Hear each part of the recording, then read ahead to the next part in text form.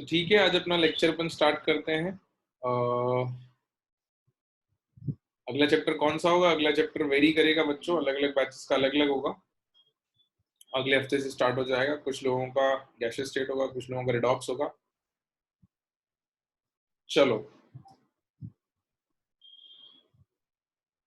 तो 2 क्वेश्चन मैंने पिछले क्लास में होमवर्क दिए थे आप लोगों को, है ना। ये 2 क्वेश्चंस थे जो मैंने होमवर्क दिए थे, दीज 2 क्वेश्चंस,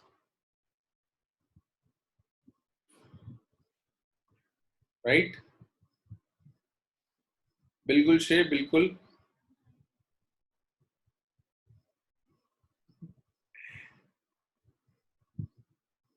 ओके चलो बच्चों, तो फटाफट से जल्दी से बताओ मेरे को। पहले क्वेश्चन में आपको 4 ए बी सी और डी के ऑर्बिटल एंगुलर मोमेंटम निकालने थे ना, ऑर्बिटल एंगुलर मोमेंटम। तो ऑर्बिटल एंगुलर मोमेंटम का फॉर्मूला क्या पढ़ा था अपन ने? ऑर्बिटल एंगुलर मोमेंटम का फॉर्मूला क्या पढ़ा था हमने? जल्दी बताओ, जल्दी बताओ क्या पढ़ा था। अच्छा, अंडर रूट के अंदर क्या था ये बताओ। चलो, अंडर रूट के अंदर क्या था? अंडर रूट के अंदर L into L plus one, L into L plus one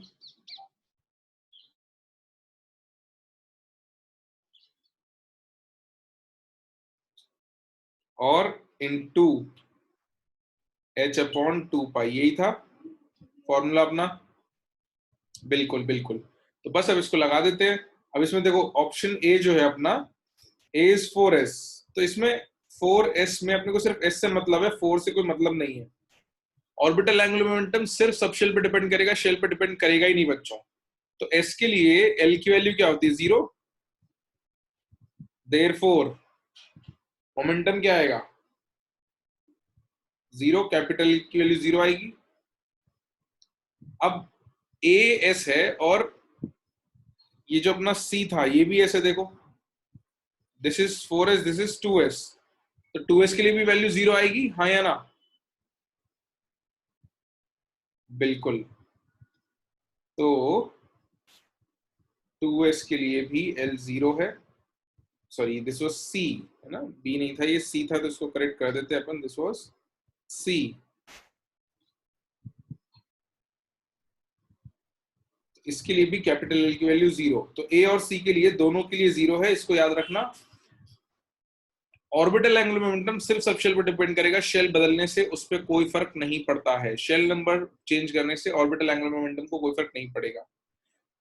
तो इस मतलब से, इस लॉजिक से तो फिर ये भी समझ में आ गया कि 3p 5p में किसी एक का निकाल लो, जो एक का आएगा वही दूसरे का भी हो जाएगा। आया ना? होगा ना? बस तो फटाफट से निकाल लेते हैं। 3p 5p दोनों के लिए एक साथ निकाल लेते हैं अपन, है ना। For b and d, b is 3p and d is 5p। तो l की वैल्यू क्या होगी? 1। l is 1। therefore capital L, which is under root L into L plus 1 into h upon 2 pi, will be root 1 into 2 into h upon 2 pi, या फिर L की value आ जाएगी root 2h by 2 pi, which can also be written as h upon root 2 into pi। यही आएगा answer, यही आएगा B और D दोनों के लिए। ओके, तो इसमें सिर्फ डायरेक्ट फॉर्मुला बेस्ड ही आएगा अगर कभी आएगा तो, वरना तो कुछ भी नहीं आएगा, है ना। सिंपल क्वेश्चन है, स्ट्रेट फॉरवर्ड, फटाफट से हो गया, किसी को दिक्कत नहीं आई। बिल्कुल एच क्रॉस भी कर सकते थे, तुम चाहते तो इसको एच क्रॉस के फॉर्म में भी लिख सकते थे, बिल्कुल। रूट टू एच क्रॉस भी लिखा जा सकता था। Alright, this was first question which was very easy. अगले सवाल पे आ जाते हैं, है ना। Let's move on to our next question. Next question में आपसे पूछा था, ये नोट कर लिया ना सबने? ये नोट कर लिया? Has everyone noted it down? ठीक है, सिर्फ वैल्यू रखनी थी, कुछ भी ज्यादा नहीं है, आसानी है, ठीक है। आ जाओ। अगले सवाल में अपने को बोला था कि ये जो एसपीडीएफ नोटेशन दिया हुआ है, सॉरी, ये जो एन और एल दिए हुए हैं, इसकी मदद से आपको एसपीडीएफ नोटेशन में बताना है कि कौन सा सबशेल है। तो अपन वैल्यूज देख के बता देते हैं फटाफट से। N2 और L1 ये कौन सा होता है? सेकेंड शेल का कौन सा सब शेल? P। Very good. तो this will be written as 2p, इसको हम 2p लिखेंगे। बिल्कुल। 4 का 0 के मतलब 4 का s हो गया। वेरी गुड बच्चों, this is 4s, very nice. 5 का क्या हो गया? f। Very good, this is 5f। l equal to 3 जो होता है ये f ऑर्बिटल के लिए होता है। अच्छा, l इक्वल टू 2 कौन से ऑर्बिटल के लिए होता है? d। तो ये हो गया 3 का d, तो this is 3d and these are your answers. ये ही आपके आंसर्स होगा, दीज आर योर आंसर्स। बहुत ही फेयरली सिंपल क्वेश्चंस थे आपके, है ना? और इसके पहले हमने एक क्वेश्चन कर लिया था कि इनमें से कौन सा क्वांटम नंबर वैलिड नहीं है, ये हमने कर लिया था लास्ट क्लास में। यहां तक हम सब पढ़ चुके थे, ठीक है? लिख लो फटाफट से। सबने लिख लिया? तो अपन आगे बढ़ जाए फिर। इन क्वांटम नंबर्स का यूज करके अपने को कॉन्फ़िगरेशन लिखना है। एक्चुअली काम वहां आएगा, उसके बाद सवाल भी ज्यादा आएंगे। क्वांटम नंबर्स अकेले पे सवाल थोड़े कम होते हैं। बिल्कुल, we study new things today. तो आफ्टर क्वांटम नंबर्स बिल्कुल बेटा 3 इज एफ ऑर्बिटल, ठीक है? जैसे 0 is S, 1 is P, 2 is D, 3 is F. Aditya बेटा क्या नहीं समझ में? ऑर्बिटल एंगुलर मोमेंटम में फॉर्मूला है, उसमें वैल्यू रखनी है और कुछ नहीं करना है तुमको, ठीक है? कुछ भी नहीं करना उसमें, क्या समझना है तुमको? ये फॉर्मूला सिखा रखा है। एल की वैल्यू लिखनी आनी चाहिए कि एस के लिए एल की वैल्यू 0 होती है, उठा के इसमें रख दो, आ गया आंसर। एल की वैल्यू बेटा ये तो आपको पिछली क्लास देखनी पड़ेगी। एल की वैल्यू तो आपको लिखवा रखी है यार, कैसी बातें करते हो आदित्य? तुम बहुत परेशान कर रहे हो आजकल, चक्कर क्या? तुम क्लास वाला अटेंड नहीं कर रहे क्या? ये क्या लिखा था तुमने? ये एल की वैल्यू, और पढ़ाते वक्त सिखाया था तुमको कि एल की वैल्यू कौन सा सबसे होगी, ये सब याद रखना है अपने को, ठीक है? चलो आ जाओ फटाफट आगे बढ़ते हैं। आज वैसे भी अपने को टाइम थोड़ा कम मिल रहा है, तो अपने को टाइम वेस्ट नहीं करना है आज। लिखो बच्चों, next energy level diagrams. Energy level diagram. तो अपने को इलेक्ट्रॉन फिलिंग या कॉन्फ़िगरेशन फिल करने के लिए एनर्जी लेवल्स पता होने चाहिए,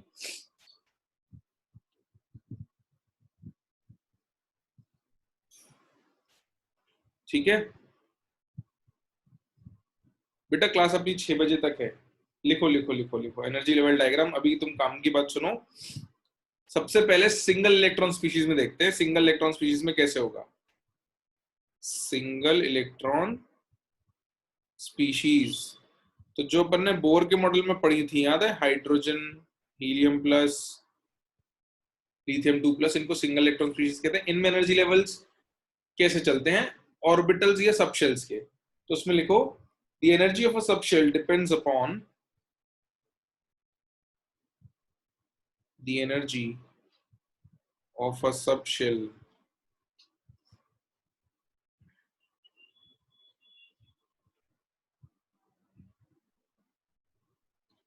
depends upon the principal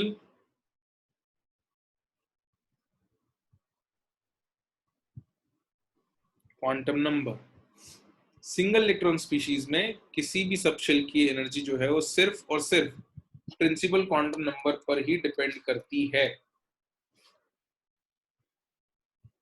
therefore अगर हम इसका डायग्राम बनाएंगे,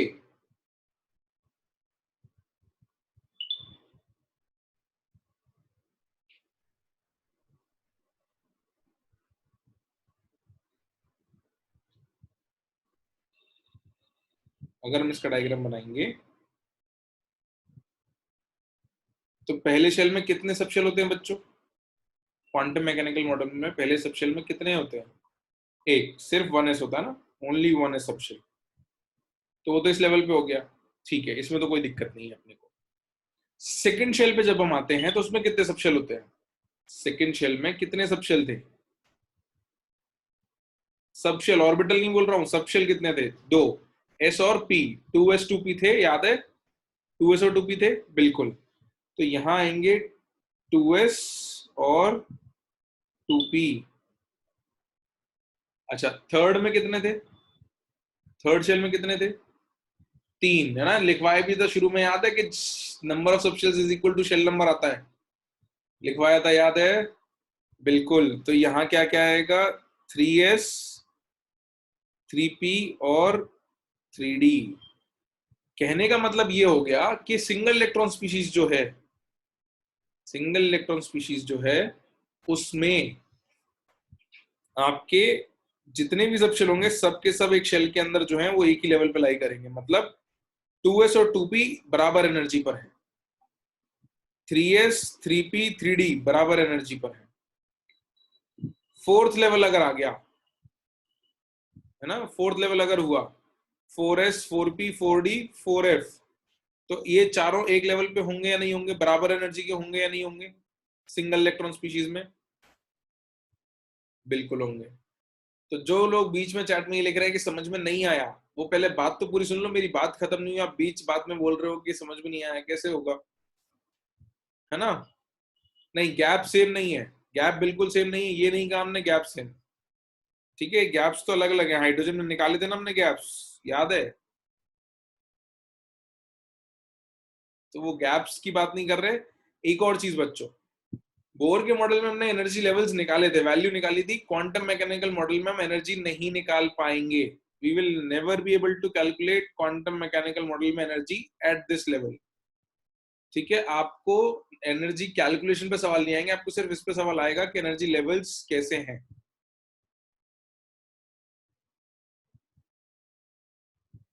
ठीक?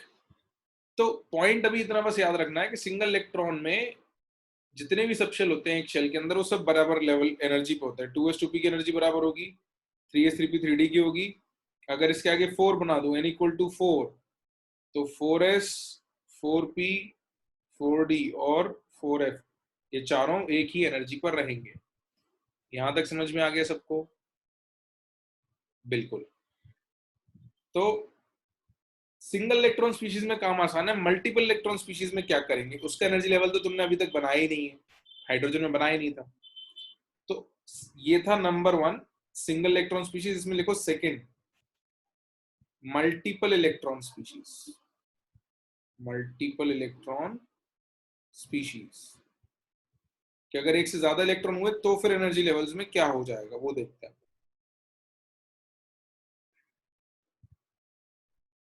ठीक है, डायग्राम बना लिया था कि नहीं बनाया था? ये बनाना था भाई, ये बनाने के लिए बनाया था।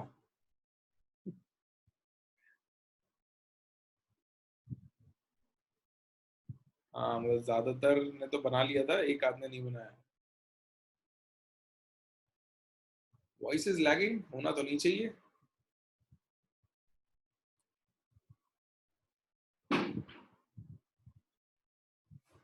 वो तुम्हारा नेट कनेक्शन स्लो हुआ तो हो जाएगा, चलो आ जाओ आ जाओ आ जाओ, तुम्हारा नेट कनेक्शन स्लो हुआ तो हो सकता है।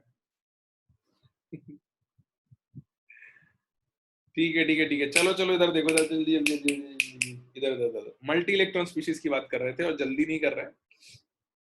तो देखो, सिंगल इलेक्ट्रॉन स्पीशीज हमने हाइड्रोजन स्पेक्ट्रम में पढ़ी थी, हाइड्रोजन के एनर्जी लेवल्स पढ़े थे, तब हमने एनर्जी लेवल सिंगल इलेक्ट्रॉन के लिए बना लिए थे। मल्टीपल इलेक्ट्रॉन के लिए क्या होगा इसको अपन समझ लेते हैं, है ना? कि मल्टीपल इलेक्ट्रॉन के लिए क्या होगा इसको अपन को समझना है। तो इसमें अपने को लिखो, ये हेडिंग लिख ली सबने, मल्टीपल इलेक्ट्रॉन स्पीशीज सबने लिख ली। तो उसमें लिखो, for multiple electron species,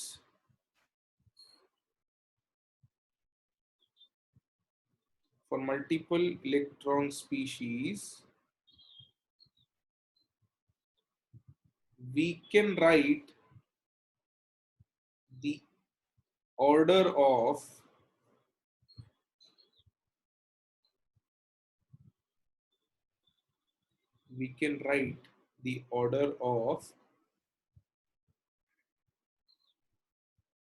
energies of subshells using n plus l rule in bracket, और इसको हम कहते हैं बोर बरी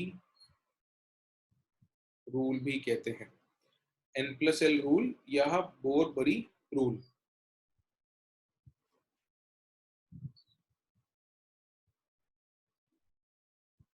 लिखा?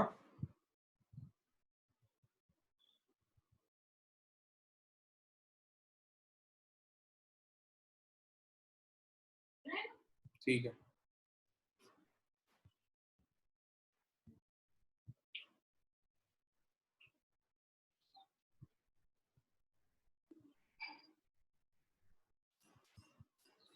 कृष्ण बेटा, क्या डाउट क्या है तुमको, ये तो बताओ, तो मैं आंसर करूंगा। लिख लिया सबने?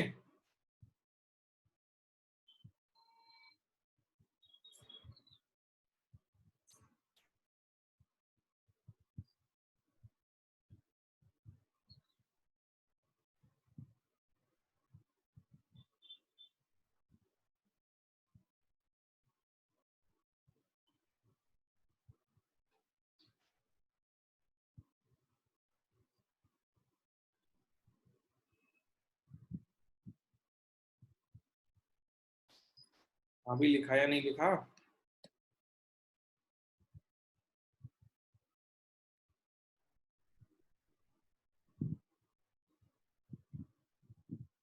लिख लिया, चलो आगे लिखो। लिखो लिखो, अब तो सब दिख रहा होगा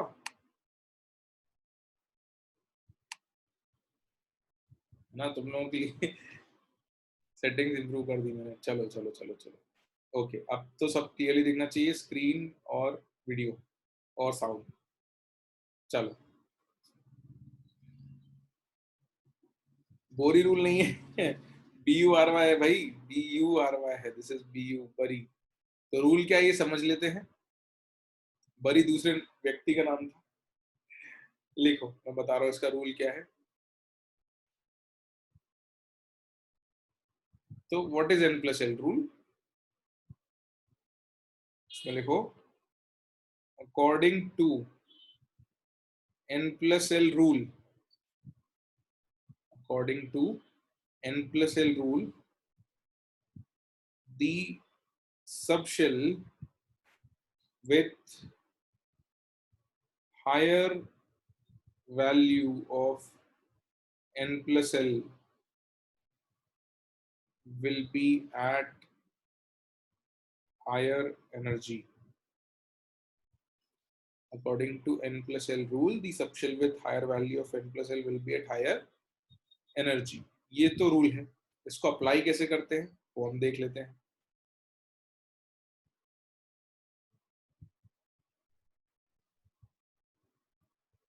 एग्जाम्पल अपन कंपेयर कर लेते हैं। Let's say we have to compare 1s and 2s।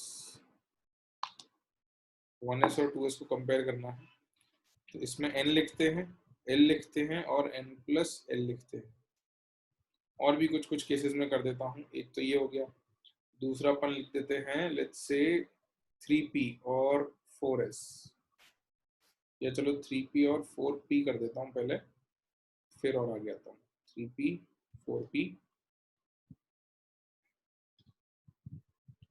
और फिर 4p और 5d और यहाँ 5p और 6s।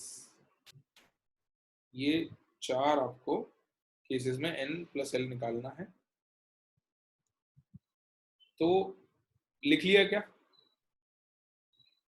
पहला पार्ट लिख लिया, एक एक करके लिख लेना, तुमने इतना लिख लिया ना, तो अपन इसको डिस्कस करते हैं, फिर बाकी तुम फिर लिखना। देखो फटाफट से, 1 के लिए n की वैल्यू 1 आएगी, 1s के लिए।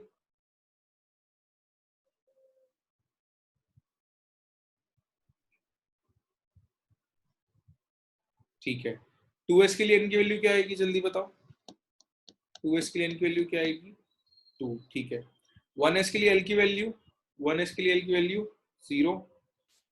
2s के लिए l की वैल्यू 0, तो n प्लस l कितना आ गया? 1। और इधर कितना आएगा? 2। किसका n प्लस l बड़ा है? किसका n प्लस l बड़ा है? 2s का n प्लस l बड़ा है, ग्रेटर है। यानी कि हायर एनर्जी किसकी हो जाएगी? 2s की। 2s will be at higher energy. बात समझ में आई? बिल्कुल, तो कुछ नहीं करना, आपको n प्लस एल निकालना है क्योंकि इसकी वैल्यू ज्यादा है, therefore 2s is at higher energy. इसको फिर से अप्लाई करके देख लेते हैं एक दो एग्जांपल्स पे जल्दी से, है ना। बिल्कुल, एनर्जी कंपेयर करने का तरीका है कि आप कैसे पता करोगे कि किस सब शेल की एनर्जी ज्यादा है, अगर आपको कंपेयर करना पड़े तो। 3p के लिए n और l बताना जल्दी से फटाफट, n और l कितना आएगा 3p के लिए? 3 और 1, बिल्कुल। 4p के लिए जल्दी से बताओ, 4p के लिए फटाफट से बताओ। 4 and 1, तो n प्लस l, यहाँ 4 और यहाँ 5, किसका बड़ा है? 4p का n प्लस l बड़ा है या 3p का? 4p, तो 4p is at higher energy,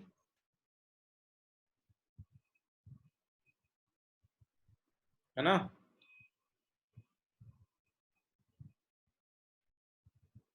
4p is at higher energy, बिल्कुल। अच्छा, आगे आ जाते हैं जल्दी से, इसमें तो दिक्कत नहीं आनी चाहिए, जल्दी। n l, अब सीधे आंसर पूछूंगा, है ना। 4 1 5, 5 के नीचे क्या लिख दूं जल्दी बताओ। कृष्ण बेटा भी ये क्वेश्चन के बाद भेज देना तुम्हारा डाउट क्वेश्चन जो भी है, क्योंकि आंसर्स के बीच में नहीं दिखता है ना। 5 और 2, तो n प्लस एल यहाँ पे आ गया 5, यहाँ पे आ गया 7, तो this is at higher energy, 5d is at higher energy. हाँ, लास्ट वाले में थोड़ा कुछ बदल जाएगा, इसलिए तो लास्ट वाला से दिया है आपको, n l और n प्लस l। तो 5 1 6 0 6 and 6 वैल्यूज आर सेम। तो अब इस केस में कैसे करेंगे? इस केस में पहले आंसर बता देता हूं मैं पहले आंसर बता देता हूं, एक हायर होगा ही होगा, उसके बाद 6s will be at higher energy। क्यों होगा मैं बता देता हूं, यहां तक लिख लो, उसके बाद मैं बता दूंगा। एक बार लिख लो फटाफट से, उसके बाद मैं बता दूंगा कि n प्लस एल रूल की एक लाइन और होती है जो ये बताती है कि अगर n प्लस एल सेम आए तो फिर क्या करना है। सबने नोट कर लिया? वेरी गुड, एक दो बच्चों को बचा है, जल्दी करो करो करो करो।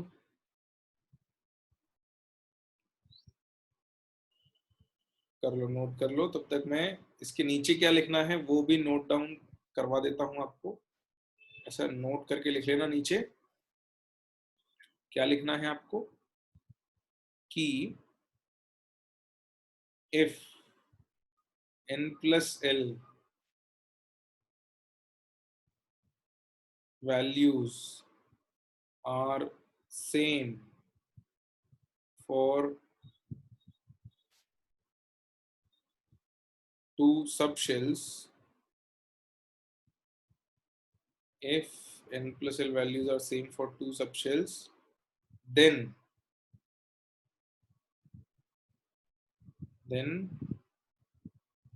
the subshell with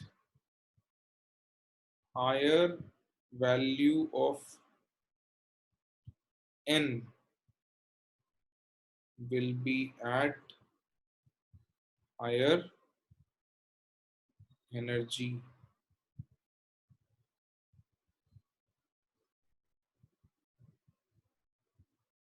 ठीक है, if n plus L values are same, अगर n plus L value same आ गई, जैसे यहाँ पे थी 6 और 6, तो फिर हम n को देखेंगे, जिसकी n की वैल्यू बड़ी होगी वो हायर एनर्जी पे हो जाएगा।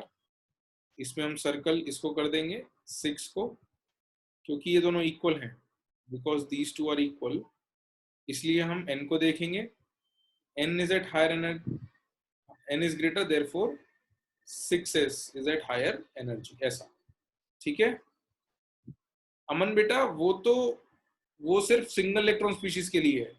सिर्फ सिंगल इलेक्ट्रॉन स्पीशीज ऐसी होती हैं जिनमें आपके जो इलेक्ट्रॉन्स होते हैं, सॉरी एनर्जीज होती है, वो सिर्फ शेल पे डिपेंड करती है, but that is valid only for single electron species.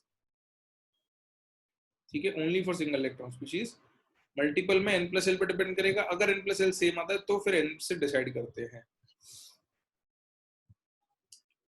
युक्ति बेटा ध्यान से देखो, n वाली वैल्यू तभी देखेंगे जब n प्लस एल बराबर होगा। अगर n प्लस एल बराबर नहीं है तो वही बड़ा है जिसका n प्लस एल की वैल्यू ज्यादा है। ठीक है, जिसकी n प्लस एल की वैल्यू ज्यादा है वो ही बड़ा होगा। अगर n प्लस एल सेम है तो फिर n रोल प्ले करेगा। ऐसा तो होगा ही नहीं ना हितांशी बेटा, अगर n प्लस एल सेम है और n भी सेम है मतलब सेम ही सब शेल है, फिर तो अलग अलग होगा ही नहीं। अगर n प्लस एल सेम है और n भी सेम है तो l भी सेम होगा, l भी सेम हो गया तो सब शेल भी सेम हो गया, फिर तो क्या एक ही बात हो गई ना। 4s तो एक ही बात है। देख लिया सबने? हाँ, तो अब इसकी मदद से हम एनर्जी लेवल्स लिख सकते हैं, n प्लस एल की मदद से हम एनर्जी लेवल लिख सकते हैं, लेकिन ये क्या थोड़ा लंबा काम होता है। तो using this we can write the sequence of using this we can write the sequence of, मैं बता देता हूँ अभी कि n प्लस एल सेम हुआ और n सेम हुआ तो क्या होगा, ये मैंने अभी बता दिया, बट मेरे को लगता है काफी लोगों को डाउट आ रहा है फिर भी। using this we can write the sequence of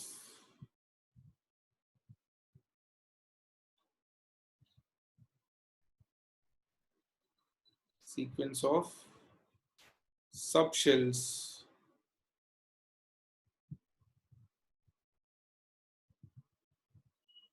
according to their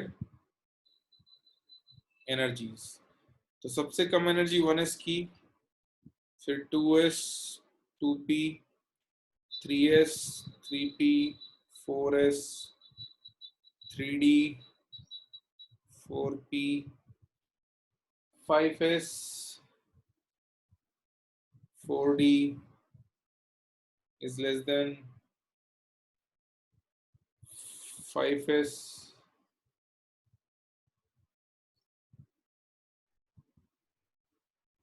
1 second 4p 5s फिर 4d, हाँ सही है 4d, अरे 5s दूसरी बार क्यों आ गया,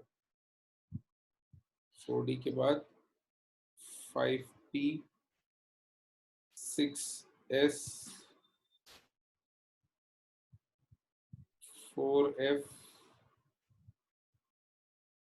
5d 6p 7s and so on. अब क्या होता है कि ऐसे लिखने में थोड़ी दिक्कत आती है, तो ये सीक्वेंस आसानी से कैसे लिखें वो सीखते हैं, और फिर उसमें तुमको ये बता दूंगा कि n प्लस एल सेम हो ये कैसा पैटर्न है, बिल्कुल अभी बताता हूँ कैसा पैटर्न है, इसे कैसे याद ऐसे रटने की जरूरत नहीं है, बता दूंगा कैसे करना है। इसको लिख लो बस एक बार, फिर तुम्हें तरीका बता दूंगा कि कैसे करना है, आसानी से हो जाएगा, चिंता मत करो, जल्दी से लिख लो। तो इसको ना ऐसे रटने में दिक्कत आती है, इसलिए अपन क्या करते हैं, इसके लिए बना लेते हैं एक मेमोरी मैप,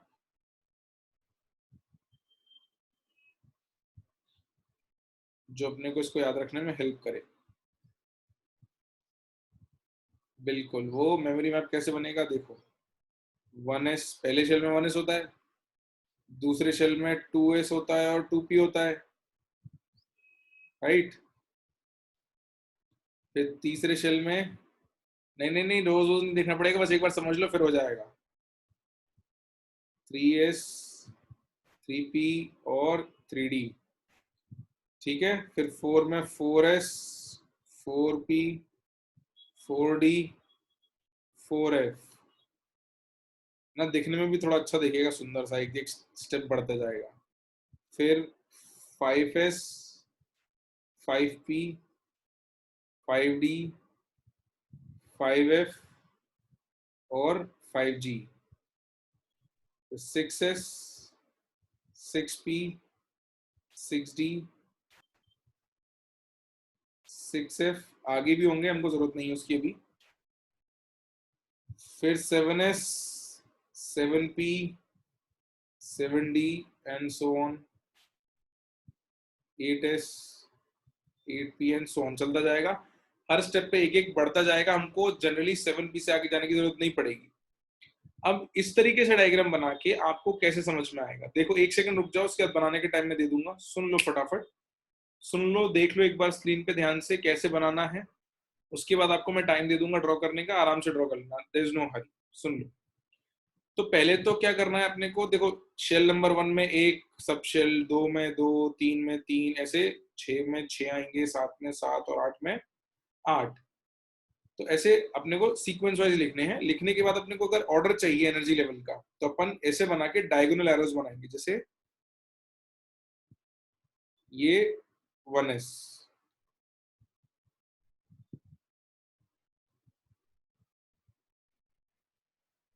ठीक है। उसके बाद इसी के पैरेलल दूसरा एरो 2s, उसके बाद इसी के पैरेलल तीसरा एरो ये, उसके बाद इसी के पैरेलल चौथा एरो,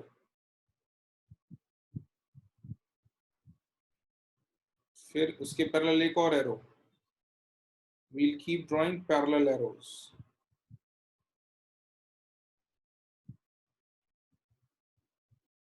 इसका यूज क्या है, मतलब क्या है, ये भी समझ लो, सुन लो, सुन लो, इधर सुन लो, उसको समझ लो मतलब क्या है।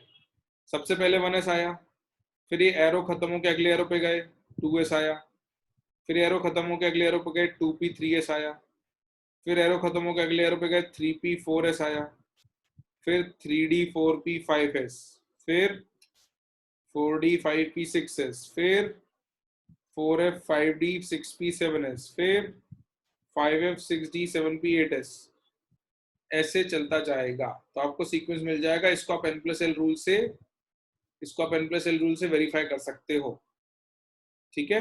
You can verify it using n+l rule. ये सीक्वेंस ऐसा ही आएगा, बिल्कुल ऐसा ही आएगा। 1s, फिर 2s, फिर 2p 3s, 3p 4s, 3d 4p 5s, 4d 5p 6s, 4f 5d 6p 7s and so on. This is not of बाउ, this is memory map. इसकी मदद ऑफ बाउ रूल लेता है, ठीक है। ऑफ बाउ रूल अपन पढ़ेंगे, ये ऑफ बाउ रूल नहीं है। ऑफ बाउ रूल को यूज करने के लिए इसकी जरूरत पड़ती है, बस इतना है, ठीक है। अब इसको बना लो, this gives you the sequence, और इसी तुम अब इसको मैच कर सकते हो, है ना। ये जो ऊपर एरो के साथ बनाया ना, इसको तुम इससे मैच कर लो।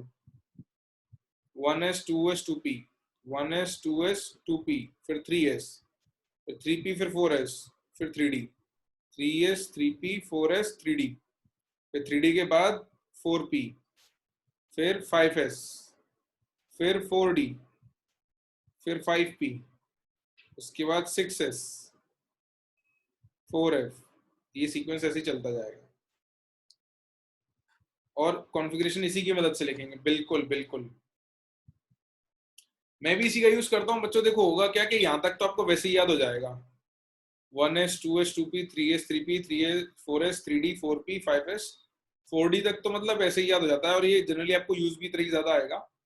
उसके आगे कभी जरूरत पड़े तो ये मैप ड्रॉ कर लो, बहुत ही सिंपल होता है, मैप बहुत ही सिंपल है। बिल्कुल बिल्कुल। तो एनर्जी सीक्वेंस लिखा लोगों ने, और देखा कि वो इस डायग्राम से बड़े आसानी से आ रहा है, तो उन्होंने डायग्राम बता दिया कि भाई इस डायग्राम से आसानी से निकाल लो, आपको बार बार कैलकुलेट करने की जरूरत नहीं। तो नोट कर लो इसको।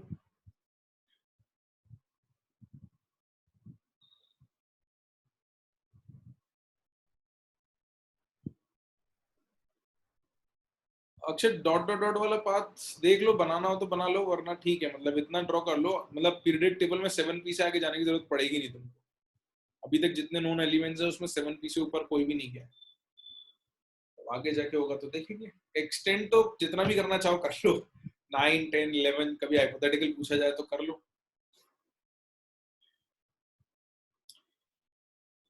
कृष्ण ऑफलाइन क्लास में मैं पढ़ाऊंगा या नहीं, देखते हैं यार, अब ये तो डिपेंड करेगा ऑफलाइन क्लास तुम्हारी कौन से कैंपस पे होती है, कौन से बैच में होती है, विल सी, है ना।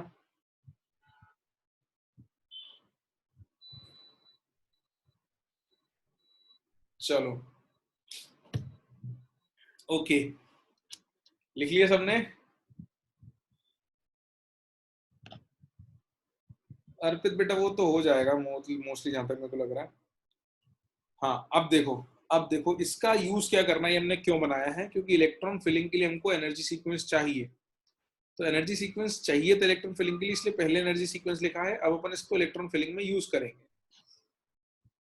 तो अब अगली हेडिंग लिखो, रूल्स फॉर फिलिंग इलेक्ट्रॉन्स। बाकी कौन सा बैच कौन सा कैंपस, ये बातें अपन उस दिन करेंगे जिस दिन अपने पास थोड़ा एक्स्ट्रा टाइम रहेगा, अपन थोड़ा एक्सटेंड कर पाएंगे जिस दिन क्लास, प्रॉब्ली कल या परसों में, तो उस दिन अपन डिस्कस कर लेंगे ना। अभी तो पढ़ाई वाली बात है, अभी नो रैंडम टॉक्स। लिखो, rules for filling of electrons.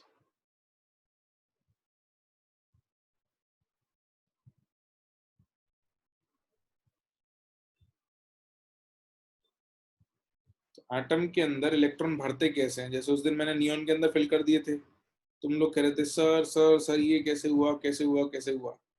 तो अब अपन रूल सीखेंगे और फिर तुम्हें भी आ जाएगा कि कॉन्फ़िगरेशन कैसे लिखना है, नियॉन का, नाइट्रोजन का, किसी का भी लिखना हो। Rules for filling of electrons, heading लिखी बच्चों। Number 1, aufbau rule in bracket building up.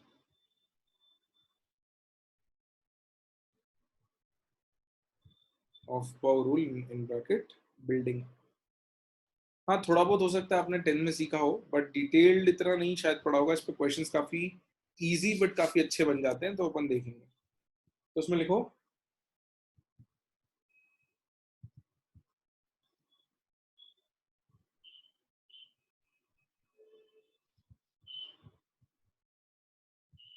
You of बाउ rule, AUF BAU, AUF BAU of बाउ रूल बिल्डिंग अप। लिखा है बेटा, ऑफ बाउ का मतलब लिखा है, ये देखो, aufbau means building up, it's a German word. उसमें लिखो, electrons are filled, electrons are filled in various subshells, in various subshells or orbitals in increasing order of their energies, in increasing order of their energies, full stop.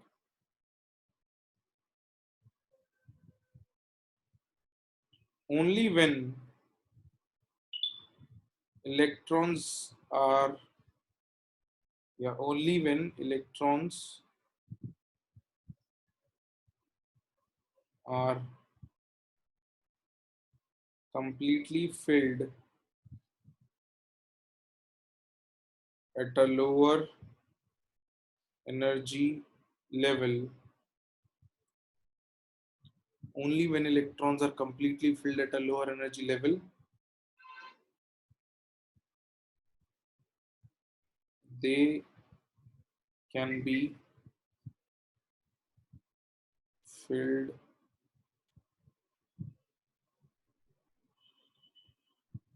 at a higher level।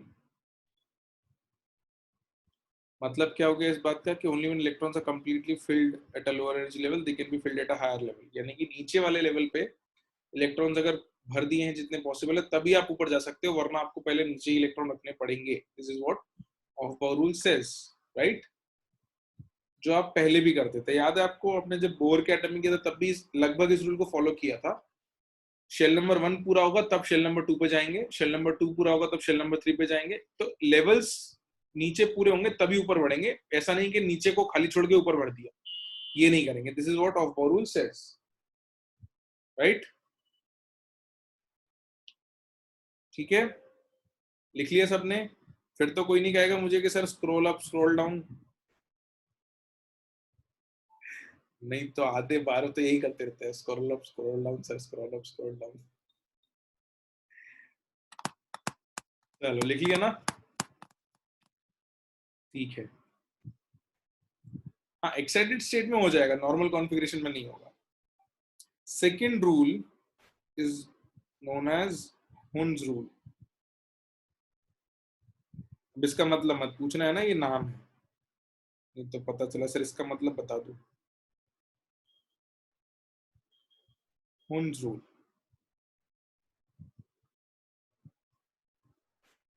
Aditya बेटा shell नहीं, अरे यार कैसी बातें कर रहे हो। Shell का एग्जांपल मैंने हाइड्रोजन के लिए लेता, तुम लोग बीच बीच में क्या मिस कर देते हो क्या, मेरे शब्द आधे खा जाते हो क्या। ये क्या कहा है मैंने, यहाँ क्या लिखा है, हाँ सब शेल, बिल्कुल। हाँ चलो आगे बढ़ते हैं, हुन्स रूल लिखो बच्चों। According to Hund's rule,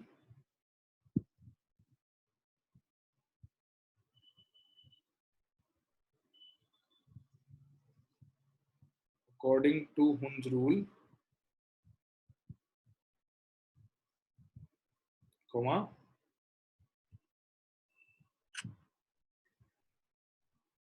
pairing of electron, या ऐसा कर दो no electron pairing, no electron pairing will take place,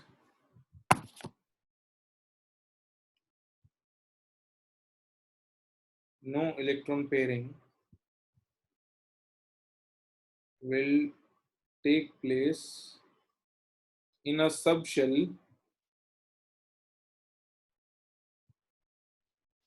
in a subshell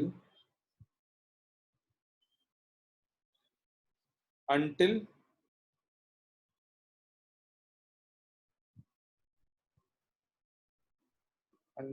each orbital at that energy level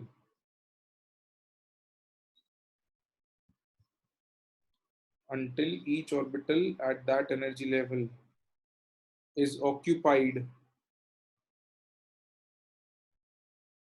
by a single electron,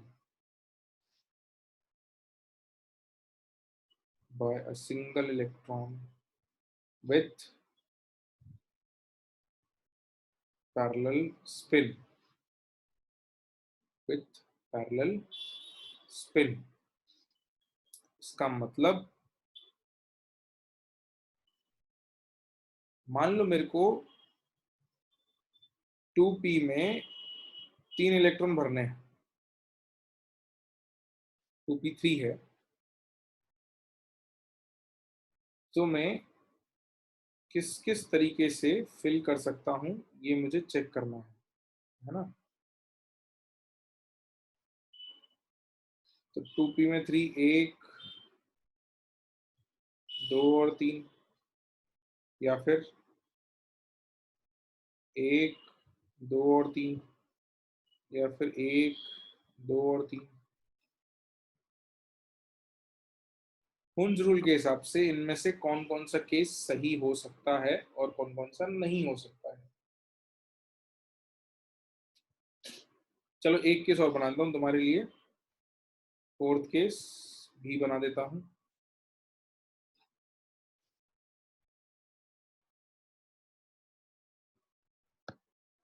तो Hund's rule के हिसाब से इनमें से कौन सा तरीका सही है कौन सा गलत है, नंबरिंग भी कर दूं क्या, let's call this is 1, this is 2, this is 3 and this is 4। तो कौन सा सही है पहले सही बता दो, विच इज करेक्ट।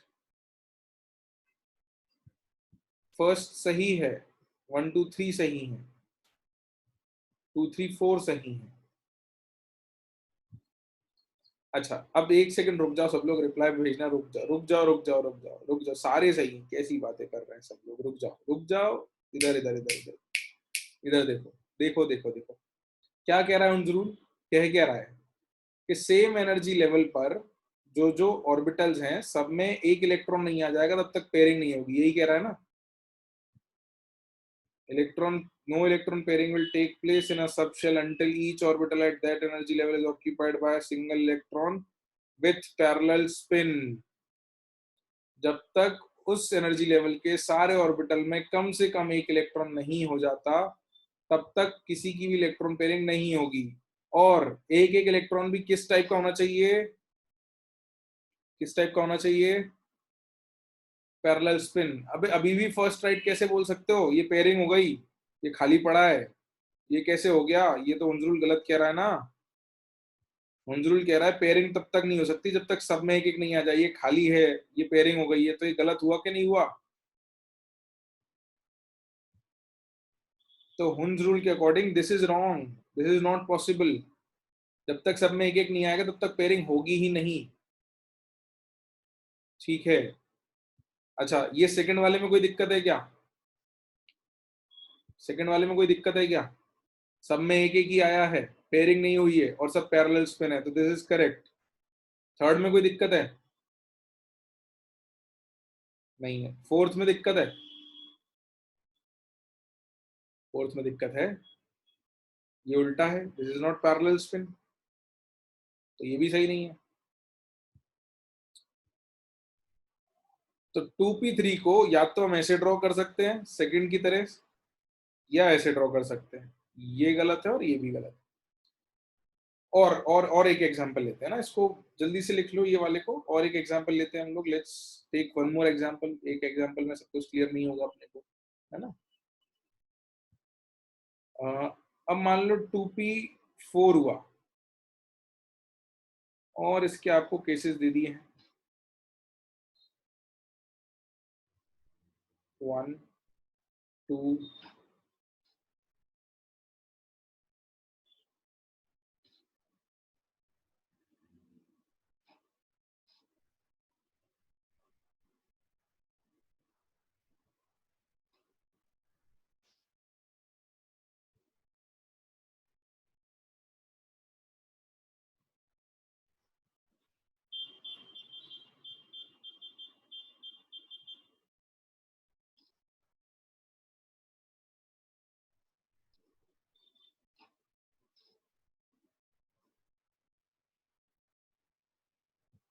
इनमें कौन सा सही है, कौन सा नहीं। फर्स्ट सही है, अकेला फर्स्ट ही सही है क्या।